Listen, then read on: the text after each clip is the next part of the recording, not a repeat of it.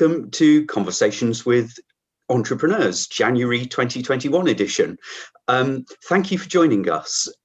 Introductions will follow shortly, but it falls to me to welcome you to the session and to tell you how the session is going to work today. For participants on the day, you should find that within this fantastic Zoom facility, we have some buttons available for you, and we would encourage you to use them as much as you like. First of all, there's a Q&A button. As you will know, the purpose of this session is for us to profile one of this region's fantastic entrepreneurs who are in the creative and technology space. And we have an entrepreneur today who is in fact being interviewed by a fantastic entrepreneur in his own right. You get the opportunity at the back of the interview to have your questions asked to our interviewee. So please put them into Q&A and we will filter them and put your questions to the interviewee for today. You also have chat, and that's available for a reason. Chat away. Introduce yourselves to each other, give yourselves a bit of banter, introduce yourselves to us, and talk about whatever's on your mind and is relevant to the session. Which brings me to my final point before we get into the introductions. We've pressed the big red button today, so everything is being recorded. And from your perspective as a participant, that includes your questions and your chat. So keep it clean. And now over to our introductions, to my co-host, John Holmes. Thank you, David. Well, I'll now introduce Joel and Mike to you briefly, and then we'll get straight into the interview today. So at the age of 25, Joel Blake founded one of the UK's first diverse recruitment and advisory services, as a one-man operation from a rented one-room space. So since that time, he's devoted his efforts and considerable abilities in promotion of entrepreneurship in the West Midlands. So Joel's the founder and MD of GFA Exchange, an award-winning fintech company. And now he's a multi-award-winning businessman and public speaker and advisor. So we're delighted that Joel has agreed to join us today as interviewer. Now, in the hot seat today is Mike Brooman. He's the chief exec of Vanity, which is an award-winning creative technology company. It designs and engineers intelligent tech solutions, transforming buildings into intelligent spaces. So Mike joined Vanti in 2008, and since that time, he's been instrumental in its transformation into becoming multidisciplinary, high growth and international award-winning company that it is today. So we're really looking forward to hearing more about this scale-up experience, and really grateful that Mike could join us today. So over to the two of you. Fantastic. Well, thank you, David. Thank you, John. And thank you to the audience who are online today. One thing about interviewing entrepreneurs is that, you know, you get to hear their stories, you get to really get the inspiration and empowerment from them. But there's nothing better than doing that with someone that you know, someone who you truly admire and truly respect and truly would class as a peer in your region. So, Mike, it's an absolute honor to be interviewing you today. But how are you? How are things? How's life? Lovely introductions. Thank you, everyone. Yeah, it's good. Thank you. As well as can be in the circumstances, I think. But thankfully, yeah, things continue to go from strength to strength, and been fortunate to even experience some growth through the lockdown period. So yeah, very fortunate. Very fortunate. We'll get to that because I think, you know, it's as much as it's a challenging time, it's always important to make sure we've got those great growth stories and celebrate those as inspiration for other entrepreneurs. So we will absolutely get to that. But you know what? Let's start from the top. Tell us about Vanti. How did Vanti start? You know, what's been the journey like from conception to date? I can give you a one-word answer that's hard. But yeah, I think so. Well, to dial it right back, Raj and I first met when I took my first job out of university as a network manager in a secondary school. So that was quite a baptism of fire, being responsible for 900 users with absolutely no experience whatsoever. So all of the infrastructure, servers, making sure the applications worked for kids and staff, that was all ultimately my responsibility. And Raj and I started working together because he was a contractor at the school. So our paths deviated. He was still at Birmingham Uni, and I went off to the world of kind of multinational IT consultancy. And in 2008, Raj had been limited business for 2 years at that point, and we kept in touch. He was continuously badgering me and telling me that we'd have loads more fun if I came and worked with him. Just as kind of Lehman Brothers was going to the wall and recession was about as bad as it could get, I decided to leave my job and go and join Raj. So I was employee number 5. At that point, we had someone employed full-time to run our accounts through Microsoft Excel, which was interesting use of resources at that time.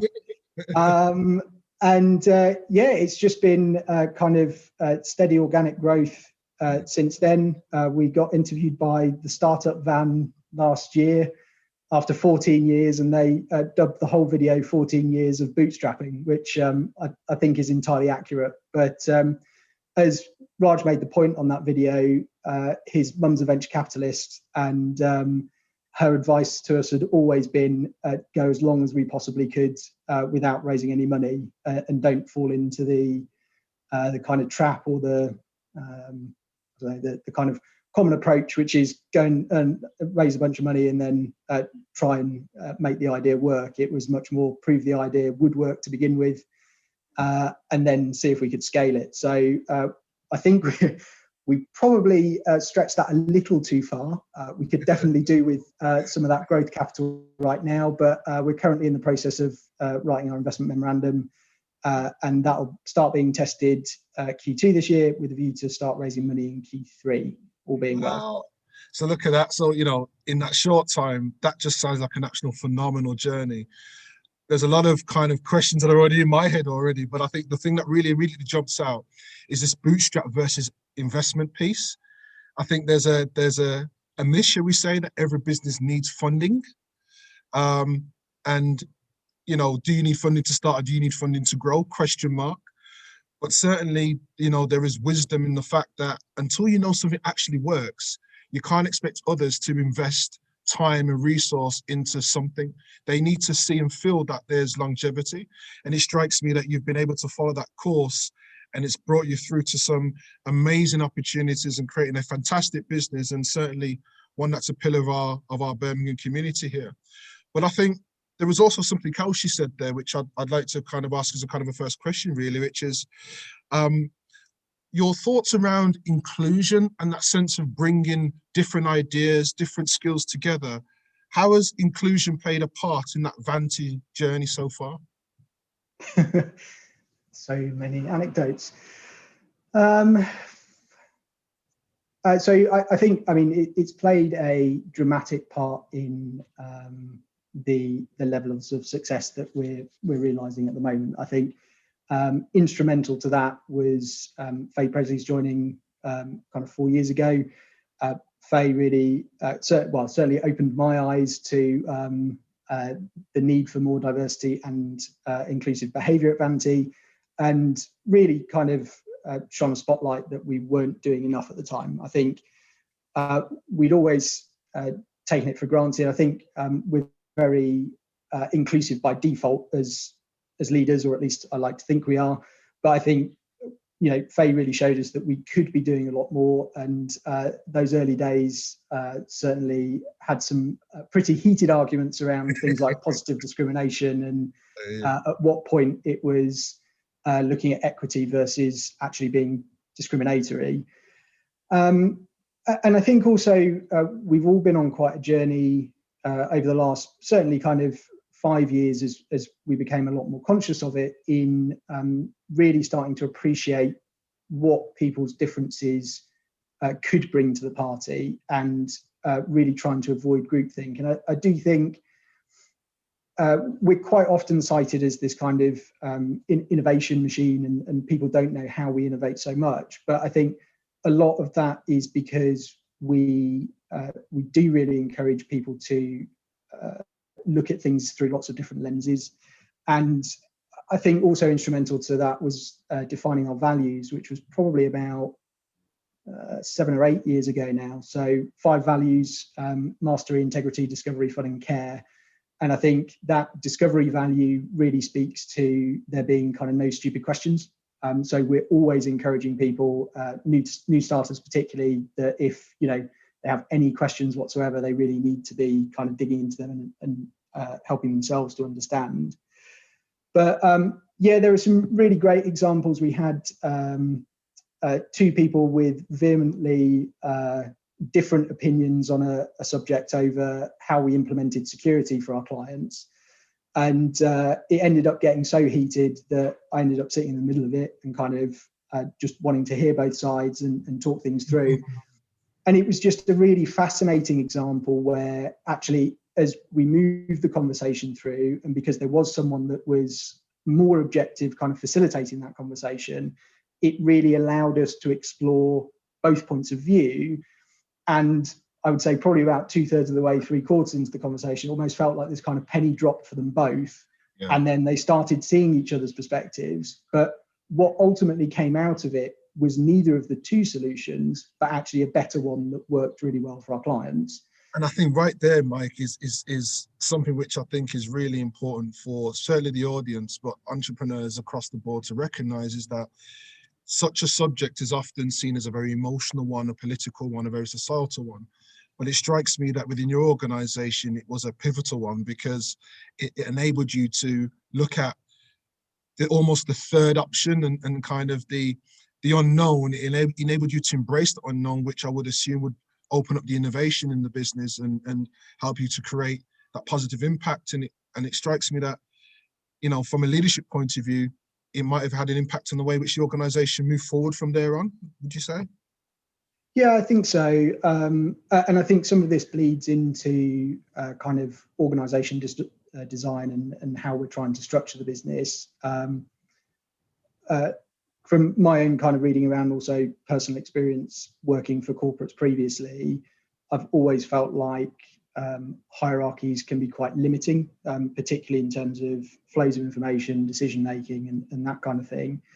So we've explored a number of different avenues. Probably the most influential was a book by a chap called Frederick Laloux called Reinventing Organizations, which, if no one's ever heard of, is available for a pay what feels right approach. So you can literally go to the website, download it for free, and then if it's of use, I would urge you to contribute back, because I think we need more models like that.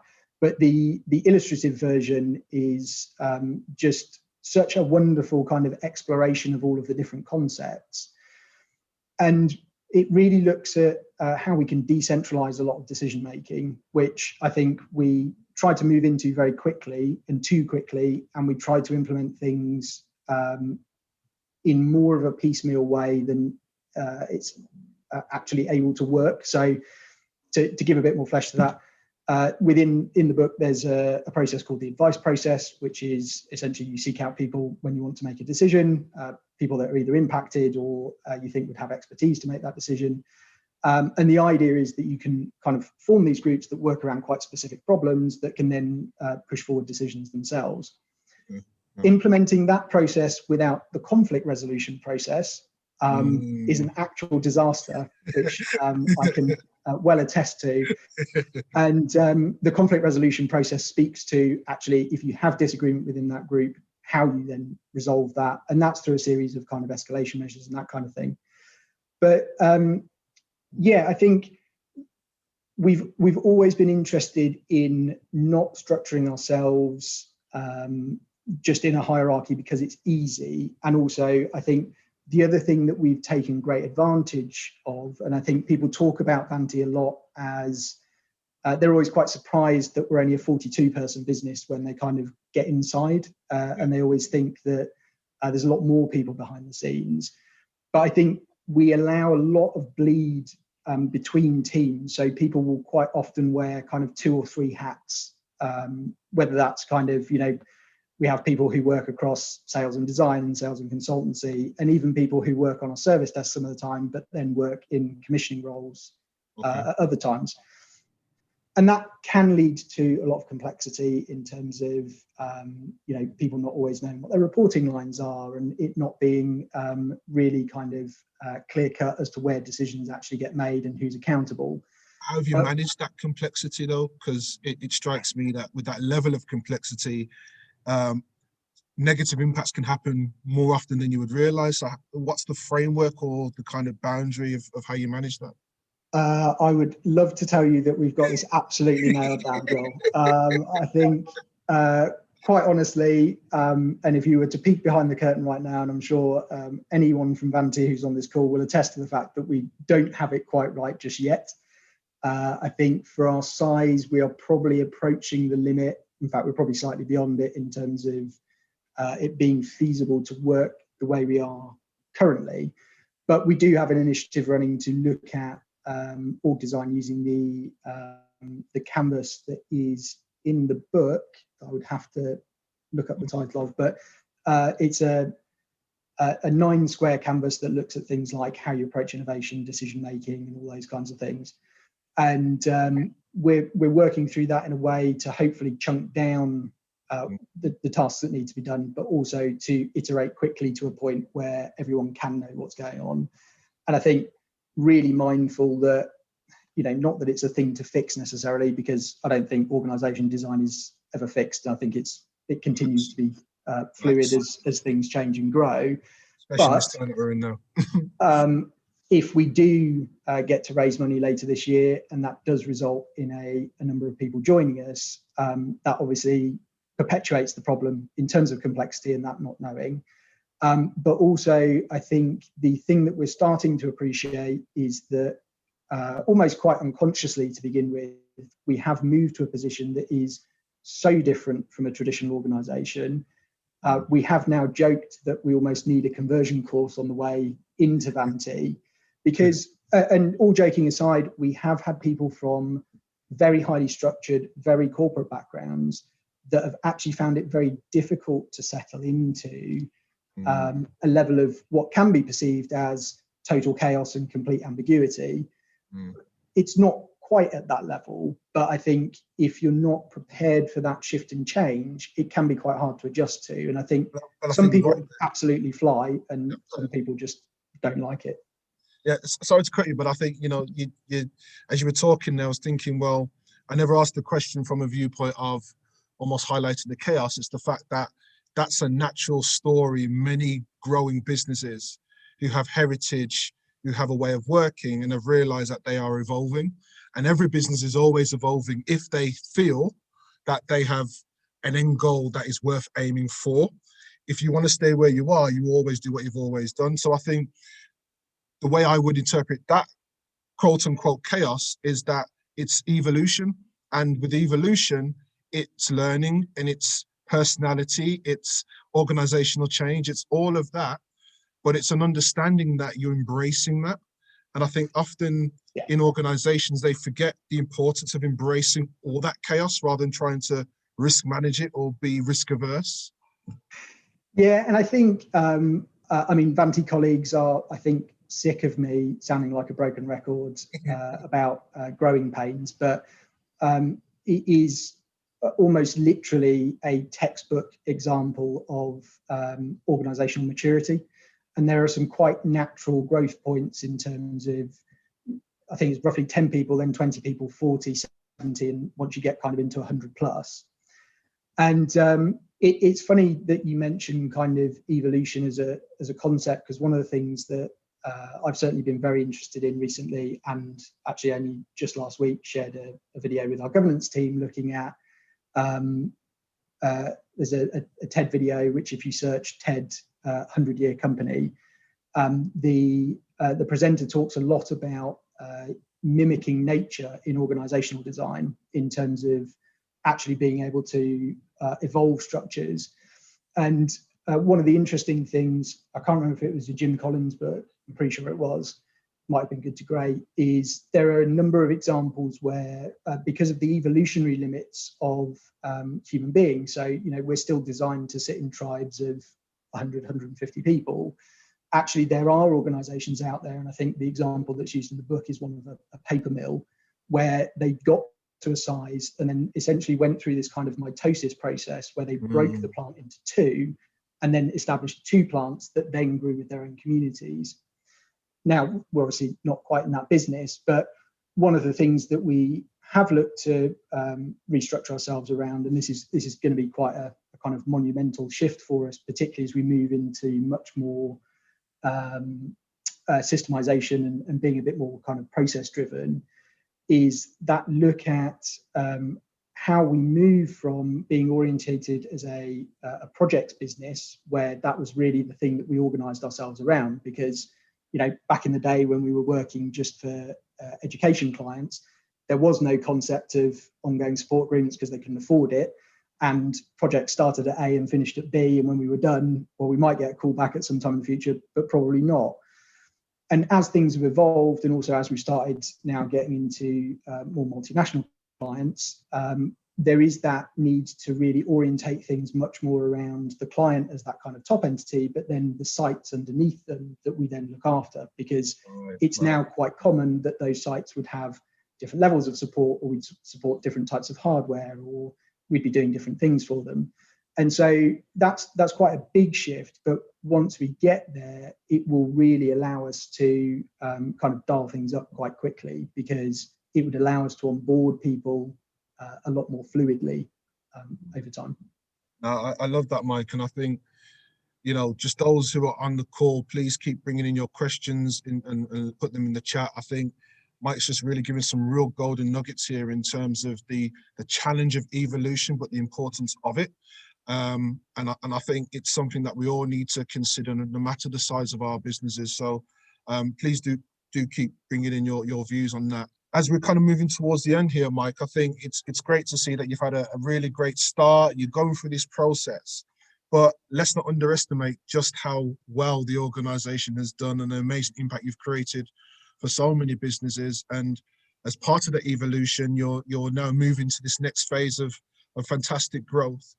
Is there any kind of views you have on, I guess, some of the solutions to deal with some of those growing pains? And as you kind of look forward post that investment, which I'm sure you'll get into the organization, and anyone who misses out on that will be a fool. Or once you get past that investment phase, you know, what does the future look like for Vanti at that point, having considered where you are now and what that would mean for you moving forward? Yeah, so it's really exciting, and I think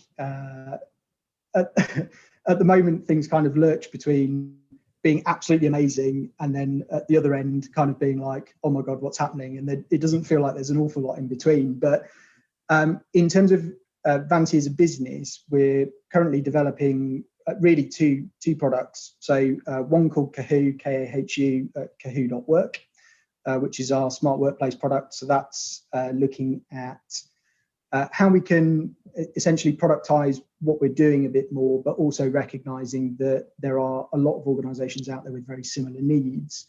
And having done a bit of a look around that market, particularly around things like desk and room booking, we've identified that a lot of the solutions that are out there are based on quite old technology stacks that are struggling to kind of pivot into a new kind of cloud orientated model. So that's one thing that's happening. And then also alongside that, we've got Smart Core, which is available at smart-core.tech, TECH. And that's our building operating system that we've been developing for the last 4 or 5 years now. So that runs Tottenham Hotspur's private residence, 46 bedroom, 7-star residence down in Enfield. And it now also runs our flagship smart building at 240 Blackfriars in London.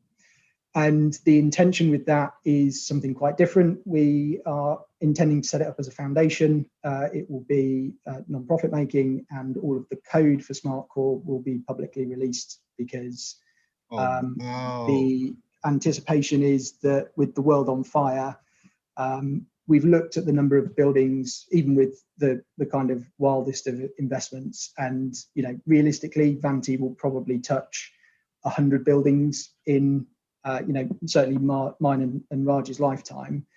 And there's 2.6 billion buildings in the world, and most of them, even through the lockdown, some due to contractual obligations, some due to fraud environmental negligence, are still kind of burning up as much power as they would if they were currently manned.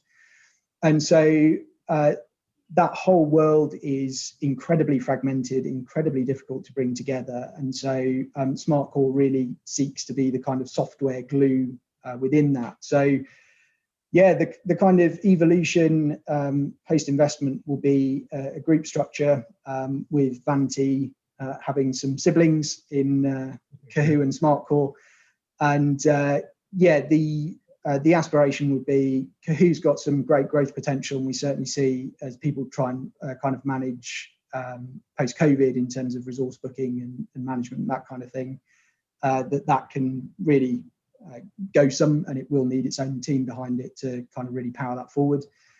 And then, yeah, the interest in Smart Core is relentless, and we opened out our early access program to start getting some more eyes than Vanti people on it, and we've had interest from all over the world, with people signed up from Germany and the US who are interested in contributing to the platform and hopefully implementing it in other countries. Yeah, there's lots going on, and we want Vanti to be positioned really as the master systems integrator of choice. So we still want to remain vendor agnostic. We still want to, work with people to understand their software and hardware requirements, make them work together for the benefit of people.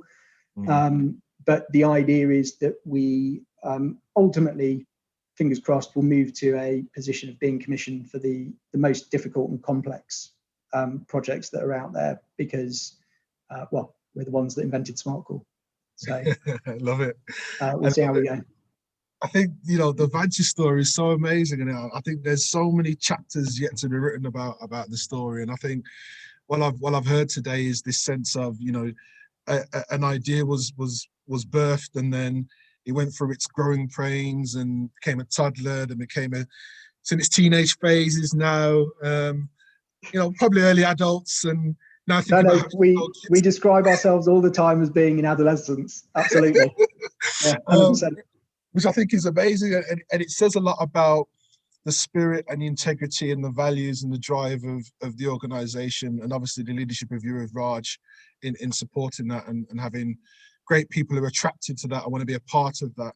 And I think what I really have heard today is that real genuine honesty around the challenges of growing a business, but at the same time, the actual, what's the word I'm looking for? I guess it's the kind of anticipation of what can happen when you really face that head on, and when you really deal with it and be willing to deal with it, warts and all. And I think that's a journey that so many businesses are going through in their own way right now, in a range of different ways. So I think regardless of the size of the business that you're in, embracing those challenges and being inclusive about the way in which you do that is so important. And you've epitomized that just in your own journey. So really, really thank you for doing that. Thank you. I guess as a final kind of roundup for today, if you were to look back on the Vanti journey so far, 42 people about to move into this early adult, still adolescent age. You're still trying to go clubbing, but you realize you're a bit too old. That type of thing. What advice would you give to other entrepreneurs, other business owners who are thinking about growing and scaling, regardless of size of business, but just in this day and age that we're in, with the challenges that we're all going through, regionally, nationally, globally? What advice would you give to other entrepreneurs in that space? Wow. I think the biggest kind of game changer for me personally as a leader was just the consumption of content. And I think I'd always hated reading. My mum will attest to this. I was a terrible reader at school, but I think it got to a stage where it was that kind of consciously incompetent moment where you suddenly go, actually, I see some of the problems here, but I know I don't know how to do them all. And at that stage, I think I almost kind of flipped the other way, and I almost couldn't consume enough. So Frederick Laloux, Jim Collins were kind of huge influences in that. But also there's so much stuff now, whether it's sessions like this, whether it's TED Talks and that kind of stuff. But I think if it doesn't tend to be your specialism, and whether that's, technical, whether it's product development, whether it's service provision, it never tends to be that is the limiting factor. It tends to be, well, and the old adage is people leave bad management, right? And I think, I also won't sit here and say that we're perfect. I think we have a number of people that are at risk of leaving if we don't get ourselves sorted quite quickly. But I really did start to take that quite seriously, that actually, if we were going to be credible, we would need to understand a lot about kind of how things work, and also trying to keep that kind of step ahead of where we were as an organization. And I think that has paid dividends in terms of the company maturity stuff as things did start to crop up, rather than it being oh my God, we're the only ones who are kind of facing this issue.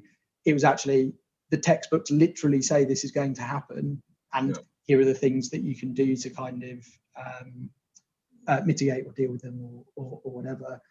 So I think it is, Jenna. I think there is and I'm sure, people in Germany might speak differently, but from the kind of outsiders looking in, that Mittelstand that they have, which is this, big collection of mid-sized businesses that seem to be very well supported, big driver of the kind of German economy. We don't really seem to have that here. And in the UK, it's a real barbell. So we've got, a lot of very large corporations on one side, a huge number of kind of very small businesses on the other, and then this kind of tiny slither in between. And I think there is so much support, and we were super fortunate when we moved to Innovation Birmingham when we did, and we were able to look after those support programs. I would highly recommend 10,000 Small Businesses, which is run at Aston Uni. Amazing program, real game changer in terms of looking at growth and scaling, albeit with a slight focus on let's go and raise some money. So maybe part that bit based on what I was saying earlier. But yeah, just I think when it comes to scale up, you almost kind of reach this point of like 10, 15 people, and then you kind of like enter this weird like no man's land where you're like, right, where did all the support go? I think there's some great stuff out there.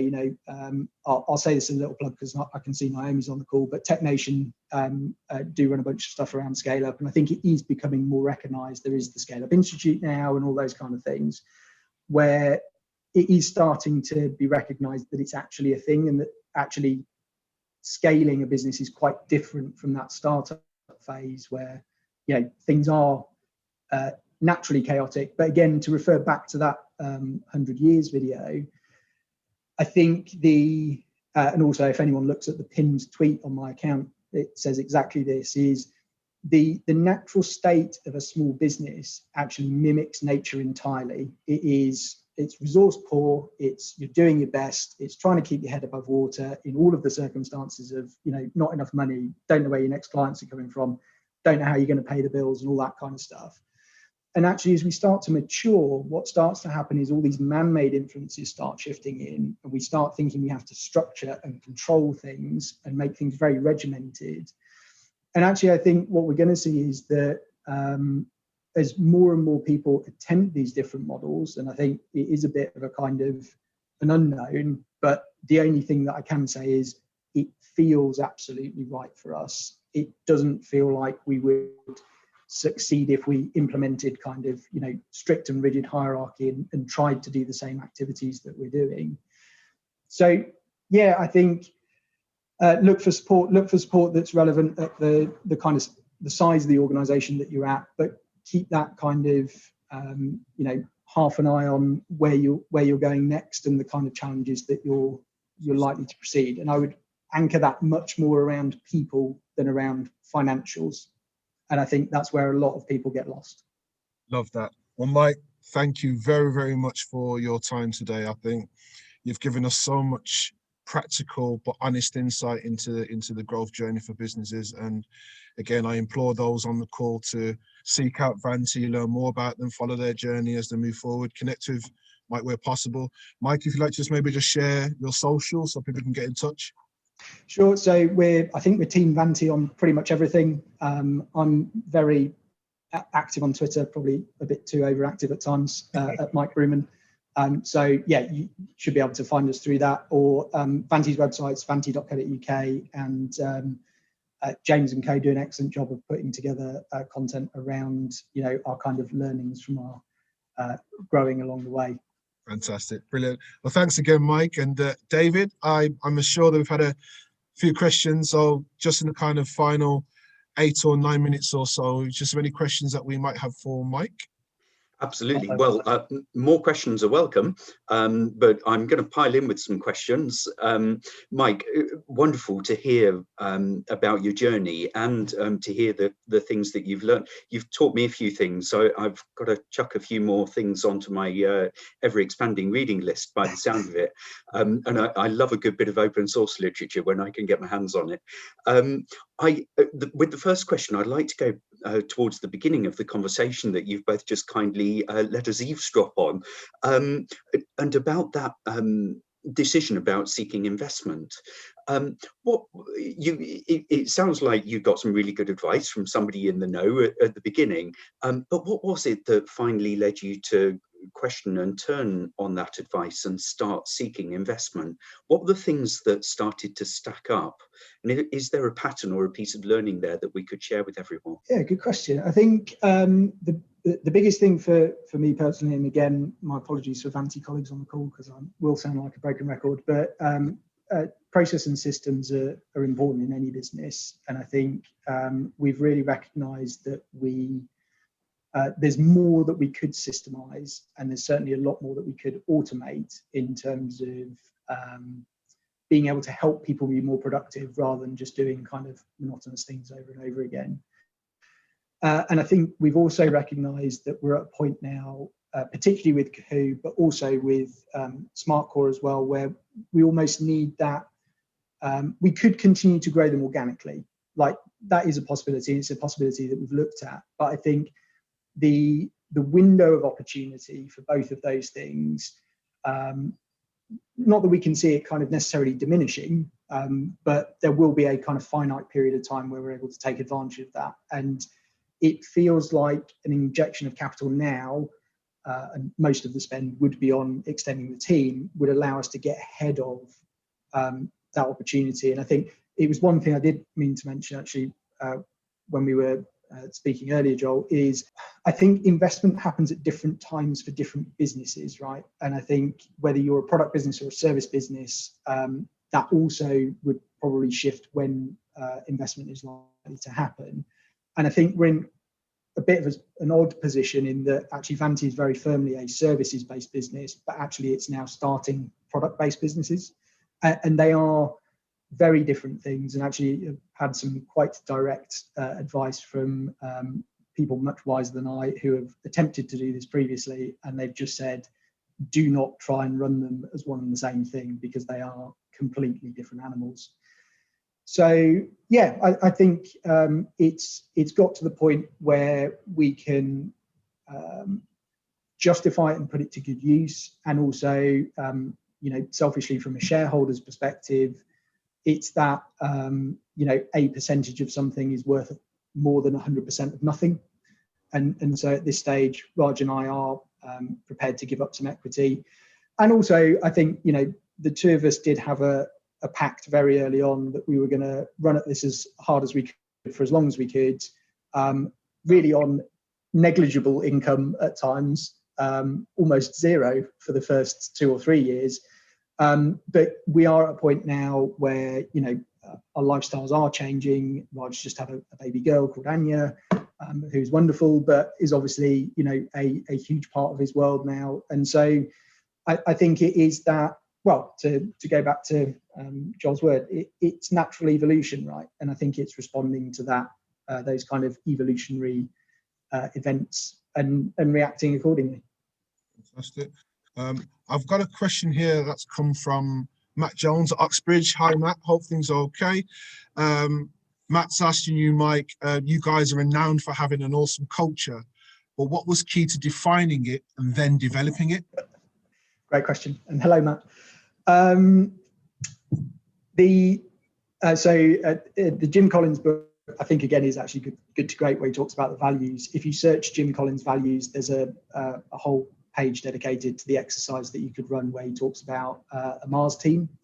And this is the idea that you take 5 of your team, you put them in a rocket, you send them to Mars, and how do you make sure that the culture that they establish on another planet is a mirror of what you have today? That process for us was fascinating, because 3 of the members of the Mars team who defined our values subsequently left because they actually, as it transpired, didn't really fit with those values. Actually, that's not true. One of them wanted to go and build amazing roller coasters and got the opportunity to do it. So that was quite different. But I think the other 2 certainly did not fit in with the 5 values that we established. So I think culturally, that was where we really started to kind of codify it and define it. I think before then, it was all of the organic stuff that we've talked about, right? And that kind of close proximity, the working together, the achieving things together.